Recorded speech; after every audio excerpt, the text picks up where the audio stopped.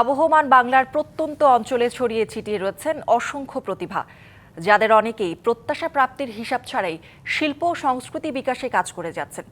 তাদেরই একজন দিনাজপুরের নবাবগঞ্জ উপজেলার জগন্নাথপুর গ্রামের বাসিন্দা গুণী শিল্পী আব্দুল্লাহ, যিনি ৭৬ বছর বয়সেও বাঁশির সুরের মূর্ছনায় মানুষকে মুগ্ধ করে রেখেছেন।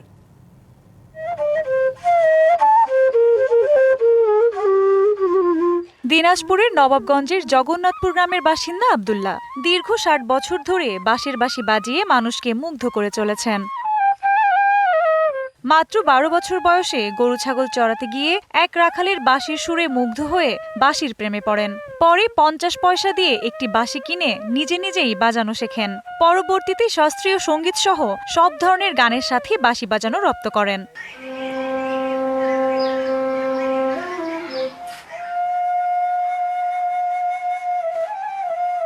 ছিয়াত্তর বছরের বৃদ্ধ আব্দুল্লাহ তার জীবনের দীর্ঘ সময় অসংখ্য মানুষকে বাঁশি বাজানো শিখিয়েছেন। পাশাপাশি উন্নত মানের বাঁশের বাঁশি তৈরি করে সেগুলো নামমাত্র মূল্যে দেশের বিভিন্ন স্থানের মেলায় বিক্রি করছেন।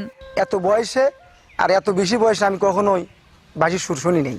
তার বাঁশির সুর শুনে আমার খুবই ভালো লাগছে। উনি অত্যন্ত একজন ভালো মানুষ। তার শিক্ষার জীবনে অনেক ছাত্র ওনার রয়ে গেছে।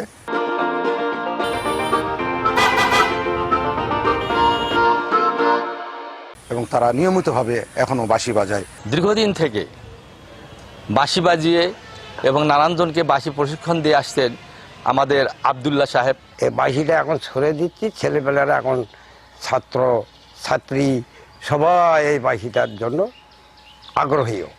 তো এই বাঁশিটা আমি এটা যেটুকু একটু বেচা কিনা করি বা দেই, ওরাই খুশি মনে আমাকে যেটা দেয় সেটাই আমি নিই।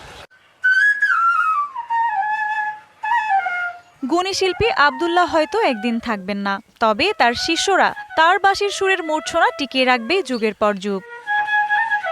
DBC news desk.